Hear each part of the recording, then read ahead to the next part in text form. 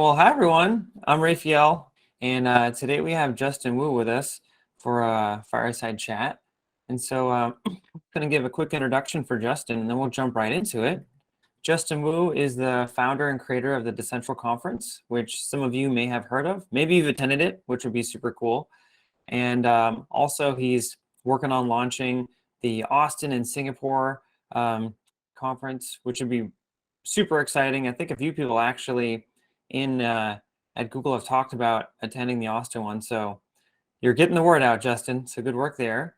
You got into crypto in 2013 via Dogecoin, and it's been doing work in the space since 2017. So Justin, thanks a lot for being with us today. Yeah, no, happy to be here and share kind of my thoughts on like Web3. Been into crypto for a while now here and just been hosting different events from NFT events, developer focused events to more larger scale events as well. And so let's kind of start maybe a little bit before then. What was like your first exposure to Web3? Yeah, well, really, it was really Bitcoin first, obviously. I was hosting a meetup in Seattle actually, and in the corner was this weird hooded guy. It just was just weird guy that just said, "Hey, Bitcoin's gonna overthrow it's the money of the future, basically." And he went really anarchist on me a little bit, and I just didn't listen to him at that time. This was like during Silk Road days and early on, and paid no attention to it. And then I started learning that Litecoin and Charlie Lee and Dogecoin came out, and I was a big gamer, so I had a lot of gaming rigs, and I started mining my first Dogecoin there, and then just became a big miner at that time. Had like 20 different mining rigs with like 5 GPUs each, and just started hosting it across my friends' houses as well, and started getting involved with Bitcoin at that time by working with a small exchange at that time called Coin Market or Coin MKT. And then the whole market collapsed and imploded at that time. Bitcoin went from 100 to 1,000 and then automatically collapsed down back to 100. Then all the other coins died at that time, and I thought it was a scam, and I left. Fast forward a little bit more then, my friend told me about the DAO, the first DAO, and then Ethereum came after that, and smart contracts. At that time, I was just working in e-com and crowdfunding, so like equity crowdfunding, marketing. And then I started to learn about ICOs, for better, for worse. But what really intrigued me about it is the DeFi nature of the ICOs, and that, from growing up in the startup world, we had to beg for money from VCs in Silicon Valley or Y Combinator just to like validate ideas. And I like the idea from decentralized finance standpoint, where if the audience and crowd like your idea to fund that project, they can do so bypassing centralized or middleman institutions to start up or build your ideas as well. And so that's what really intrigued me about the ICO market at that time. Ended up being that 99% of those projects were all scams, or I wouldn't say they're scams, but they were just like super early on for what they were and just didn't take fruition. Then I stayed in the crypto market still at that time, 2017 or so, through the bear market. Full collapse. Bitcoin went back down to like, up to down to like 3,000. But I started hosting like just developer focused events in Seattle, San Francisco, New York.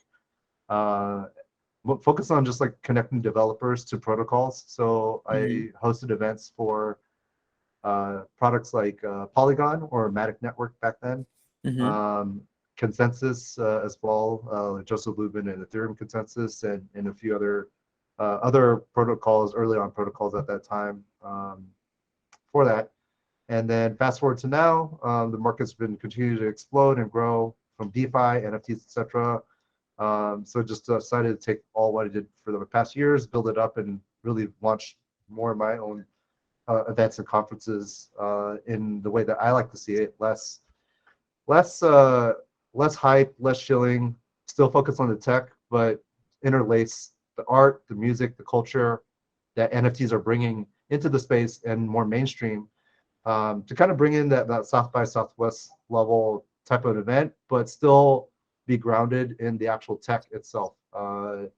That's always how we always want to come from a product standpoint and listen from the real builders, less from like the influencers or shillers out there. So that's Gotcha. kind of like the ground set that I've come from. Wow, that's quite a story. So you're like a tricycler. Is it 3 cycles you've been through? Three, well, four. Now it depends on now. There's just roller coaster where I don't even feel any pain anymore. Like last week you would consider like a new cycle of Luna and all these other projects just immediately collapsing. Um, yeah, at first it was initially hard to stomach, but I've been here and done that, so I've lost. I don't feel pain anymore. I should Yeah, say. yeah. Isn't it so strange Yeah. when I talk to my friends that are more securities focused or equities and just like the volatility they describe, and then the volatility of the crypto market is like exponentially more painful. So I vibe with you there. Um, so when you started getting into planning and hosting events and conferences, like where did that need or where did that interest arise from? Because that's quite a huge step to take to be like, I'm gonna lead the Yeah. charge here.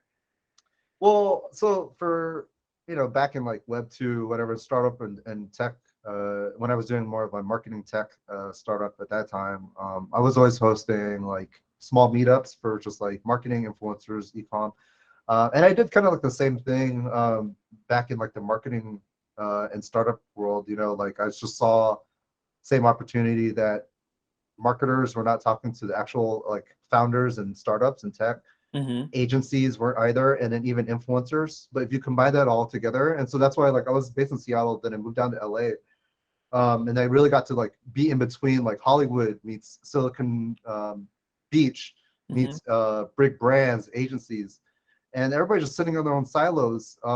But as a growth hacker and marketing, it's all about community growth and brands and the users. So I've always took that mindset into the events that I was doing. I'm not really even an event planner by nature at all. I've always just been about all things growth, whether it be through Yep. product marketing, influencer, etc. So when I came into like the crypto space, then I just still saw that it's still the same thing. Either things are just super hyped up.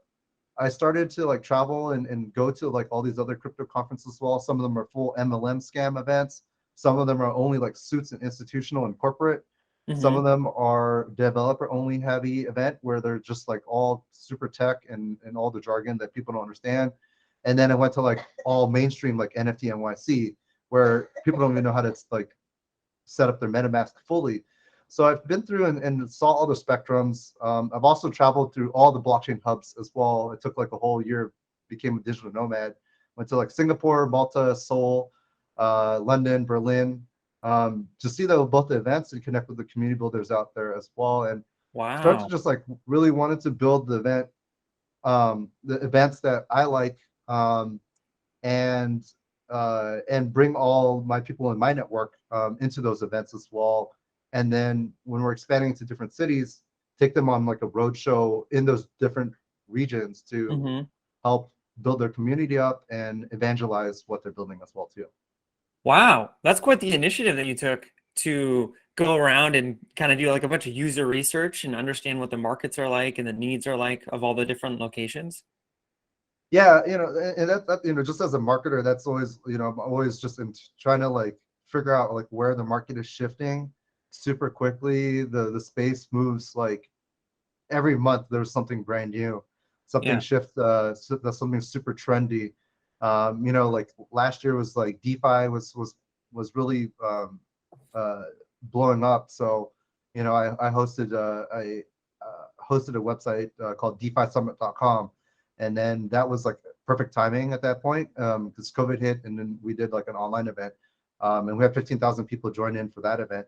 And then Wow. NFT started picking up as well. So then I started building like very specific silos of those content. So I built NFT Con. Um, but I've also, I've been camping on like, properties like DeFiSummit.com, DAOSummit.com for the past couple of years, just because like I know that we're really early on at that point, but there will Mm-hmm. be a point that each of the space is growing so much bigger that everybody's diverging now into like crypto fashion, metaverse fashion, enterprise blockchain, um, uh, provenance, identity. So everybody's, it used to be like all small events, and then everybody's like diverging into like their own like buckets as well. And so that's where I kind of see where the communities are gravitating towards, and just wanted to like build really interesting programming that I personally would like to see and learn about. And I think that now there's so much noise going on in the space. It's really good to just like get stuff that are much more focused. If you want to learn about DAOs, it should just be in a DAO only conference. If you want to learn about gaming and metaverses, it should just be about that. The big mass conferences are fun and all, but it's all noisy, and I already know like how hard it is to like filter out all the noise, especially in the space. Gotcha. So that's a really good point. I know when you and I spoke last, you had mentioned how you're trying to like break down some of those silos and connect those different groups. And there's so many, and they have different levels of technical skill sets, or maybe their objectives or initiatives they're trying to run. So then how do you design your events and conferences so that they can accommodate such a variety of needs? It just seems super difficult. Yeah, so first and foremost, let's say like for Miami, for example, it was during Art Basel. So Art Basel's, for those that haven't been, it's the biggest art festival in the U.S. Or even one of the biggest ones around the world, where there's Art Basel, the main conference, all the people from investors, everybody, artists, a lot of culture really converges to Miami. And we could have done like a pure NFT event only there, but again, like our flavor is always bringing about the actual tech and the actual protocols as well.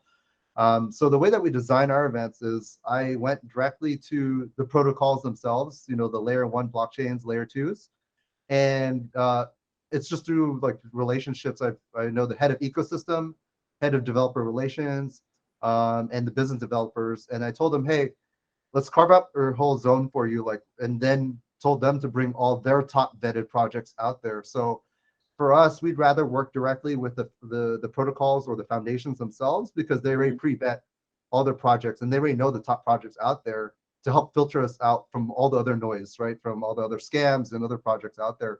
And we did that, and we brought over 25 different protocols to Miami. Again, this is like normally supposed to be like a art heavy event.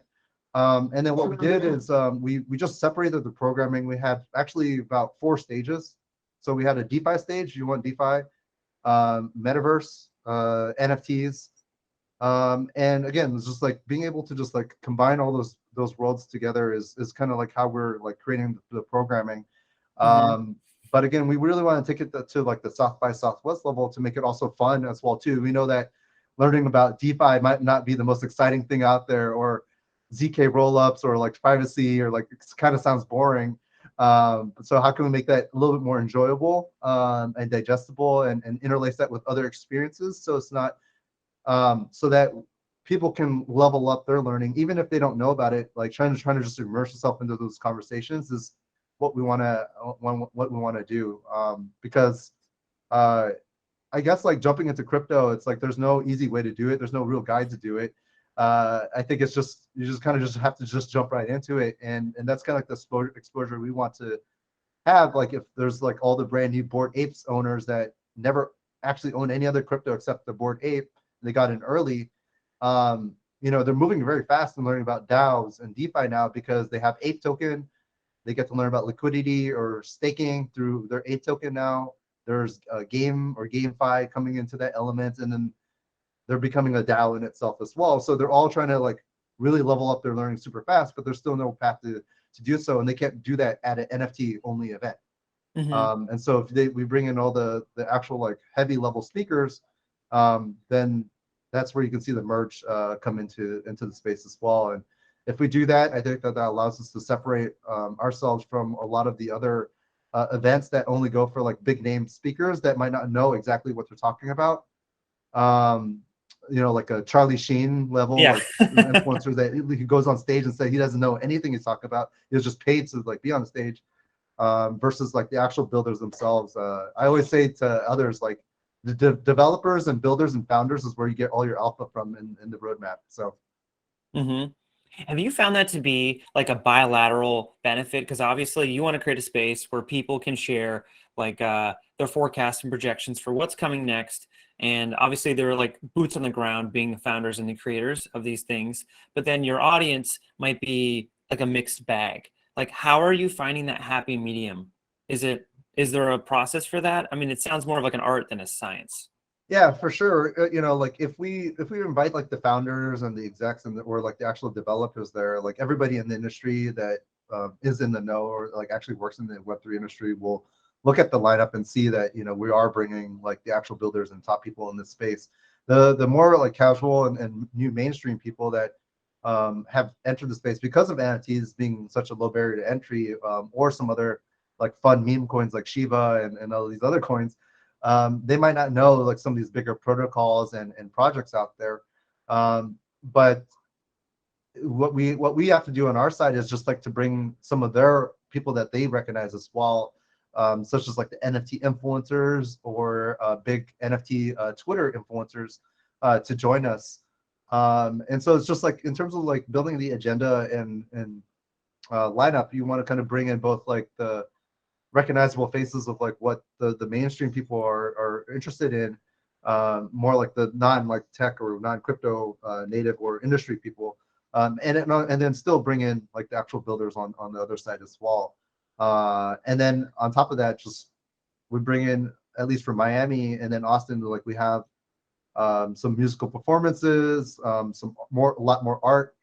So just like crossovers that just like everybody, something that everybody can enjoy and take it up beyond just like a boring like tech conference or show conference out there. Mm-hmm. So with Austin coming up, what are you the most excited about? Yeah, Austin, definitely not. I'm not excited for the heat. I heard that it's going to be like 95 to like 100 potentially on the week of June. But what I am excited though is Austin is one of my favorite cities around. Like I think a lot of people have been moving in, especially with Tesla, Facebook, and then Google, and then everybody else. A lot of the startup world kind of shifted there from California and other places as well. What I'm excited though is that it's not hosted in New York anymore, Consensus, and that's actually exciting to me because New York is just super hard to navigate across all the different zones that they're having in the different venues. Like NFT NYC was just all spread around. Yeah. And it's just like it was just not very coherent. Whereas they're hosting it at like the one big convention center. The real estate and space that they can play around with is going to be cooler. And I always come to Austin for South by Southwest, so I just like the full takeover of the city. And Mm-hmm. there's just a lot more experiences, the bars, the food, everything is just, there's a lot more you can do in Austin, although Austin is still pretty small in terms of like the real estate too, but there's just more to do there. And I think that's what's cool about it. And then also too, from an event planning standpoint, it's much more affordable than New York for the real estate. And then when it comes to your conference, I was looking at the lineup. You got some impressive speakers. Is there anyone in particular that you're the most stoked on? Like I said, we have a whole mixed bag of just like let's say like some of the actors from Breaking Bad or Better Call Saul, the Cartel brothers. They're coming. They're actually been big into NFTs. We have some other big YouTubers as well that are joining. Like they're more like Web2, entering Web3. And we're pretty upfront as well too. Like there are people that are just like brand new, but I think that's where we're going to get some of their perspective as well. And we're not inviting them just to like say that they know much about Web3. But what's interesting though is they're jumping into Web3 and their experiences. I actually even saw it firsthand where they start to talk about NFTs and DeFi and Web3, and most of their audiences actually hate Web3 and NFTs, whether that be from the gaming world or just the traditional Web2 like content creation. Like most people still actually hate NFTs because of the environment or some other things too. So that's an interesting perspective to share about. And then we also have just a lot of different protocols and builders that are coming from Privacy, Secret Network, Charles Hoskinson from Cardano. We have Kevin Smith, the film producer, comedian, actor coming. And then we also have a lot of NFT projects from Pudgy Penguins, Divine Anarchy, Deadfellas, and others too. And then we have 20 protocols still coming to our event too. So Our event, how it stands out compared to like consensus is really geared towards industry players. Their tickets are like $1,200 plus dollars. Ours is like 300 to 400, with the student ticket being $100 entry price. So we're like in that in between merge, being a little bit more accessible. But I'd say like also too, it's like we're funny enough, like we like to think that like our audience is a little bit more. We call it like the NFT and DeFi degens. They're always guys that are looking for like the latest alpha and best trades out there. And so we like to, even with like a lot of the content that we create, we always share a lot of trading alpha and NFT alpha from our groups as well. So that's like kind of our community is in between like NFT OIC and consensus. And so as the, well, I guess since you've been in the space for so long and you've seen how these events have grown, obviously you've been around a lot of really influential people. Do you have any like predictions or forecasts on where the space will go in 2022?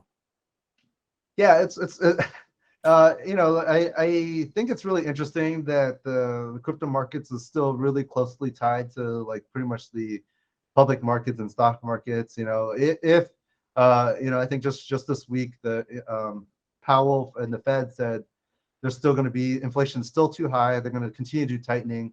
So I do predict that if they're going to continue to tighten things, then both the stock market and the crypto market will be squeezed down further. So we can expect potentially on a macro level more dips. I think that right now we're not at the max pain yet, and but what's different though now compared to like 2017 and 18 is the space is much bigger. Like we're still $1 trillion plus market cap, which is way above than what we are. We're still like 30,000 Bitcoin, which is back then when I went out like 2018, 19, it was like barely like 10,000. So we're still 3x higher than we were previously. But also too, the teams now that are the protocols and teams now that are out here building, they're much more well capitalized. These like Series A seed rounds are like massive now. Like you're seeing like 10, 20, 30, 40, 50 million rounds coming. So like they can all weather like a 1 to 2 year bear market or whatever hits. And I think that if there is a continuous slide to be like a quote unquote bear market in the public space, then it's whoever has the bigger budget right now and double downs on it in the bear market is going to try to come up out on top on the next cycle.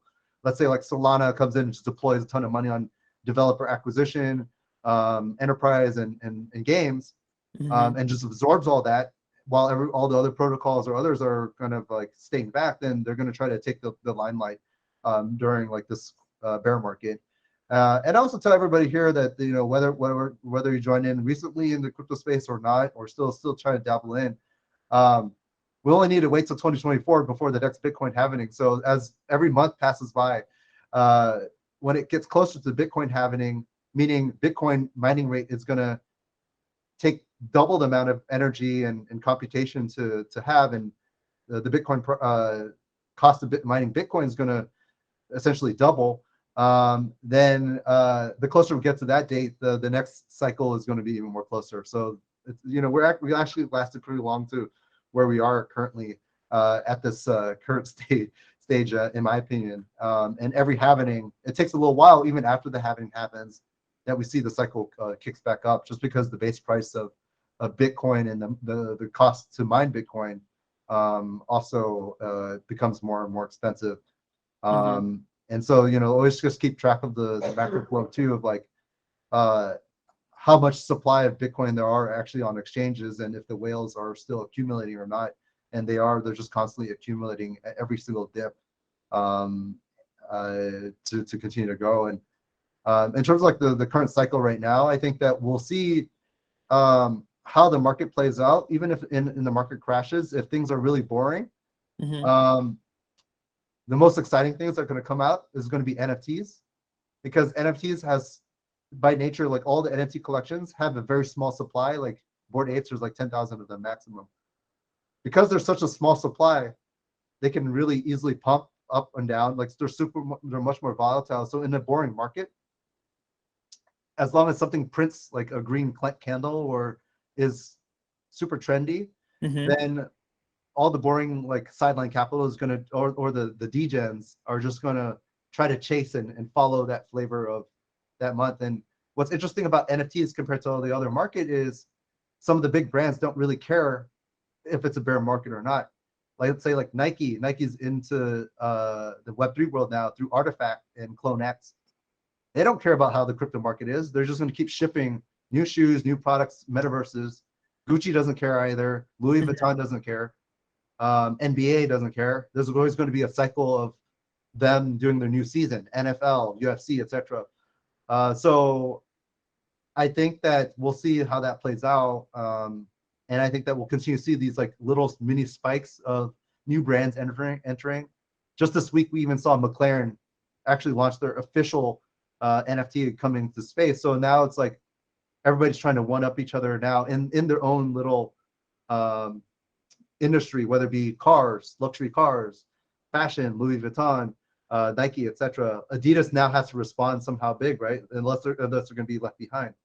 And so I think that's what we're going to see is the NFT season continue in their own like weird like cyclical waves or very trendy thing, while DeFi I think took a massive hit with like just last week. Luna did an absolute collapse, like 16 plus billion of like both two coin market cap collapses, and that actually just imploded all the other protocols from Cosmos and these other chains that relied on Luna and the stable coins.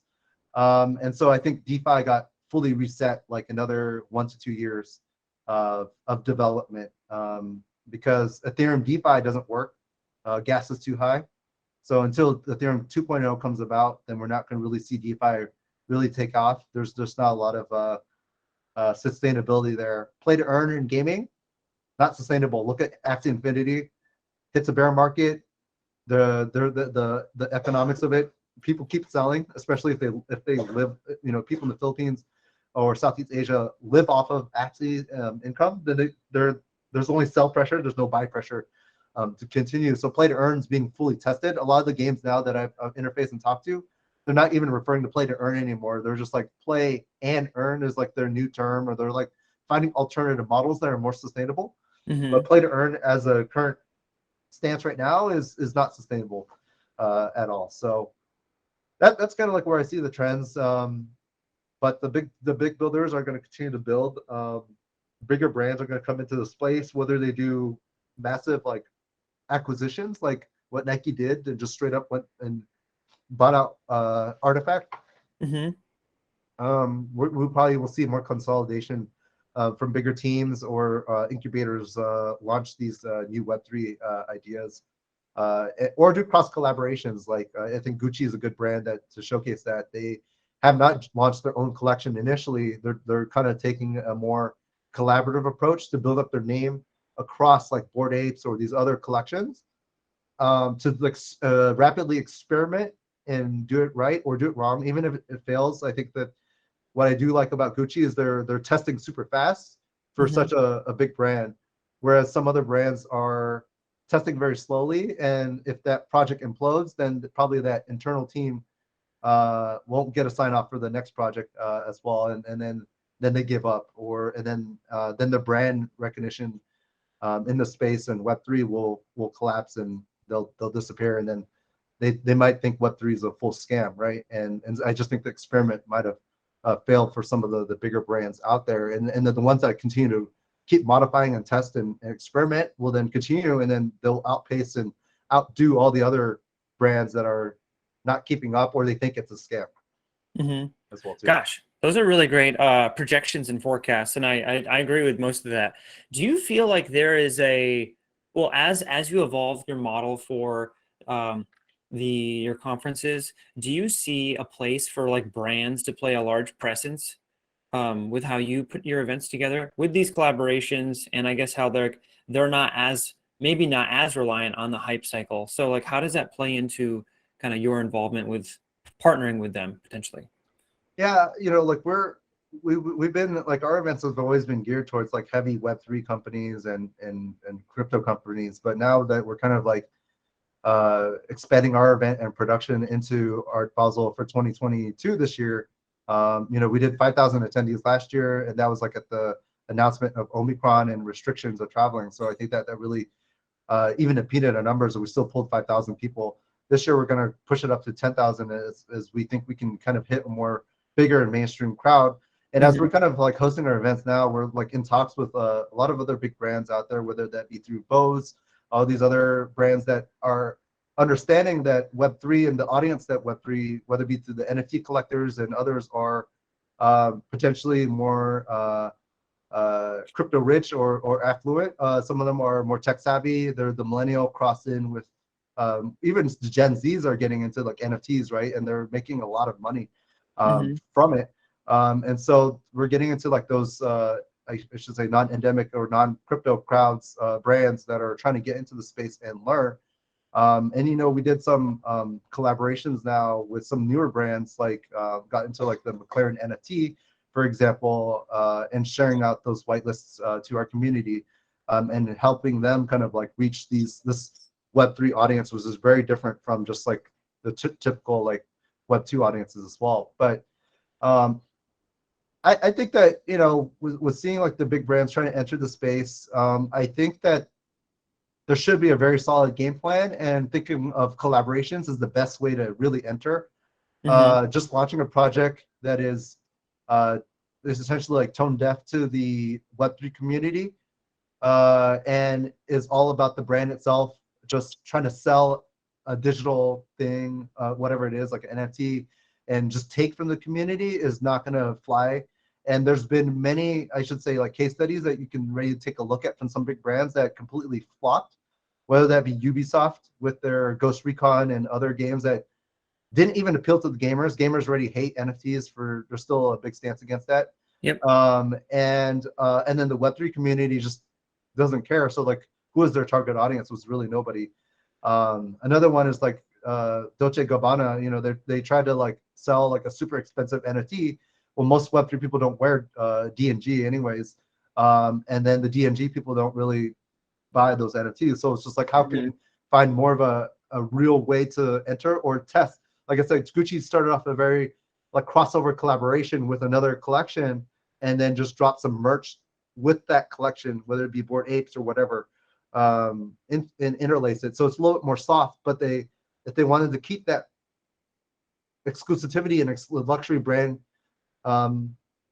recognition, then they just do a very limited like 100 NFT drop with that collection, and only 100 edits, so the value, perception value of that is still super high and sought after, and then rapidly develop and test that out out there. So that's the way I think that brands can kind of interlace and figure out what their strategy is when it comes to like entering and joining Web3, is understanding what the community is doing, and then also like you have to kind of get buy-in from the influencers and community members in NFT world.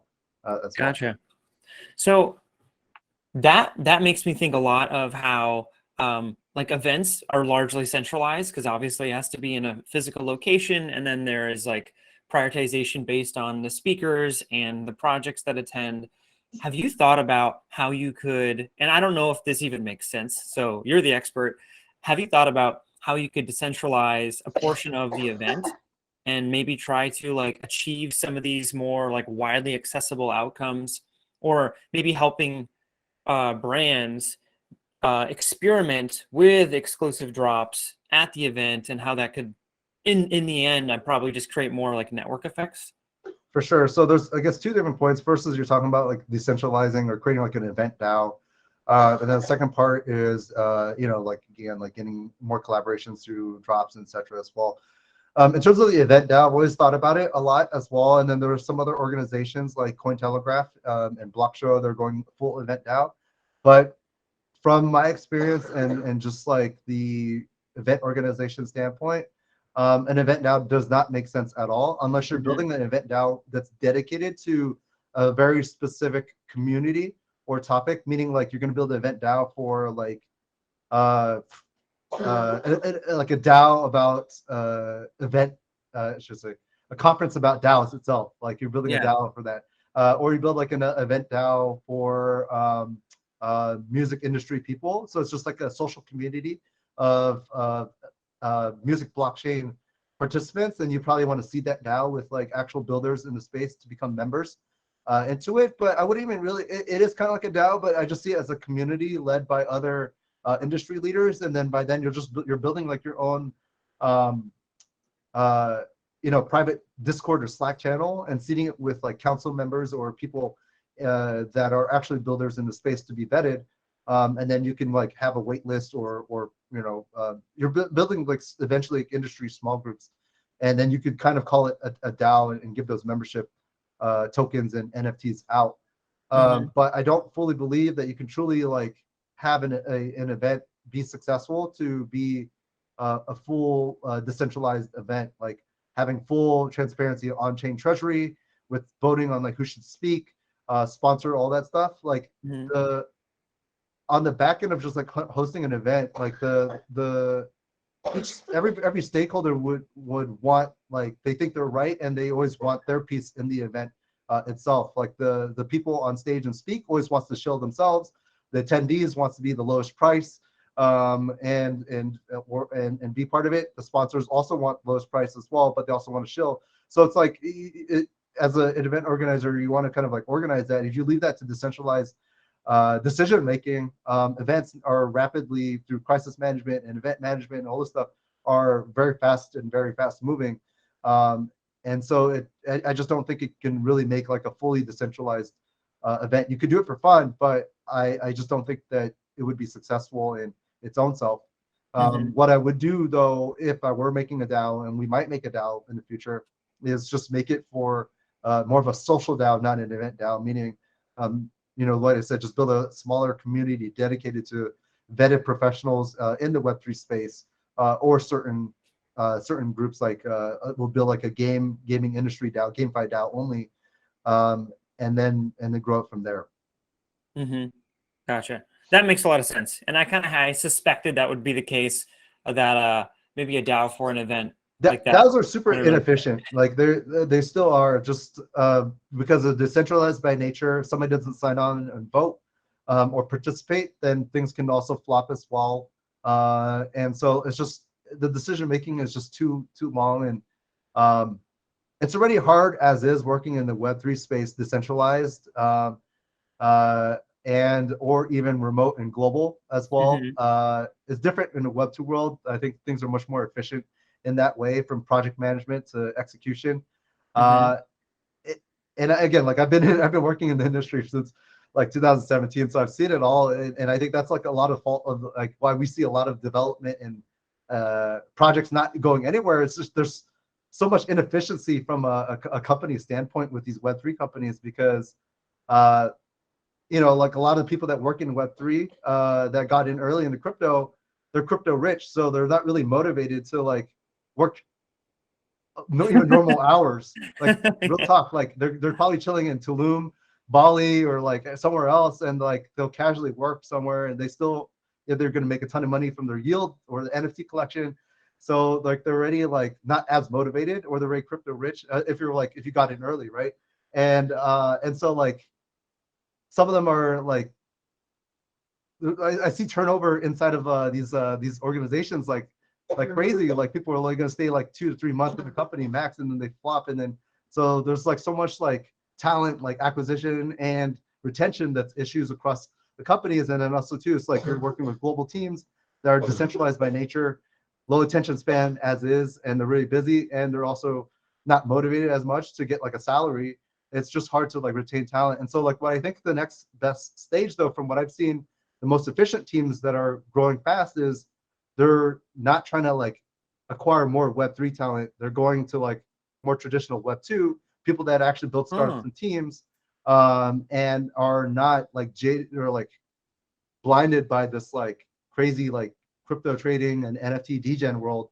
And they're there to just kind of continue to build. And I think that that's going to be much more interesting, and it's better anyways, in my opinion, because like you bring in, let's say like a project manager, a product manager that actually built real products before, which again, a lot of people in the crypto space, they might have got lucky just buying the best NFT collection, or the token just blew up. But had they actually built a Web2 product or a startup before from the ground up, they never. But you can't really tell them that they suck because their coin could be like a 200 mil or 500 mil market cap, right? They think they're right, but they never built a product before, and so that's why we see a lot of these teams potentially not building or imploding. And I already see this exactly from like interviewing and talking to a lot of people in the NFT space already as well. A lot of the NFT projects are very much what I've seen in 2017, where they'd actually never had any experience launching a product. They might be just pure artists, or there might be like a solo CTO that worked with the artist to launch a smart contract and code. And they sold like 20, 30, 40, $50 million of their NFT. And I literally met a project. The CTO had to become the CEO. Good luck. Okay, that project is not going to go anywhere now, because like you're telling a CTO to take another role that they have no experience at. And I've seen that left and right with a lot of these like NFT projects. And I was like, this is very much like what we saw with like early on in 2017 days as well. And we're seeing the implosion of the NFTs space super fast. Pudgy Penguins fired their CEO, and they just didn't have the ability to do that. Cool Cats, same thing, implosion. They're one of the OG NFT projects as well. You only see something like a Bored Apes. They move super fast. They got like their fundraise. They're building up their teams super fast and acquisitions and grow. And I think that we'll start seeing separation of the pack with some of the bigger blue chip projects from the more OG or like other projects that you see in the NFT space that are just copycatting each other, and they just don't actually have the ability to build a Netflix show, a game, an anime, or whatever they're promising. They've probably never done it before in the normal world. So again, I always tell people, like, it's one thing to build like a game, and if you never build a game, you already know a game takes like 2 to 3 years, 4 years from announcement to even get to like an alpha or early stage build. And then you add in like GameFi, tokenomics, economics into that layer as well. Good luck. Most of them is going to fail. And I already know, like I hosted the first E3 blockchain gaming conference in 2019, and none of those projects have launched. Like really, and those are like well-funded projects. Like they're like 30, 40, 50 million Series A, Series B round, ex-Activision teams, and they still haven't launched anything. And that's like what we're like 2022 already now. And it's like, what's going on? So do I trust a smaller team to actually build more than these ex-Activision guys in LA? I don't really think so. So it's just the nature of the space, and I already see like the shift. It's kind of messed up, but these games like Dapper Labs, for example, they did the Crypto Kitties, then they fundraised the massive Series A, then they continue to fundraise. Then they created a protocol, flow chain. They fundraised another round on top of that, and then they started building like a studio on top of that as well too. So it's like they abandoned like the early games that they wanted to build. They said that so they Trojan themselves actually call themselves the game. They built like an alpha, not even alpha prototype, probably just a visual prototype, and then they sold that to VCs and investors. And then they built the game studio off of that. So that's going to take another 3 to 5 years beyond just to like potentially build a game if they can. And so that's what we're seeing with like these Bored Apes games, though. They're working with like Animoca, for example, super quick, and Animoca has a lot of the big developer game house experience, and they're just like reskinning games now, and that's what we're seeing with a lot of these games.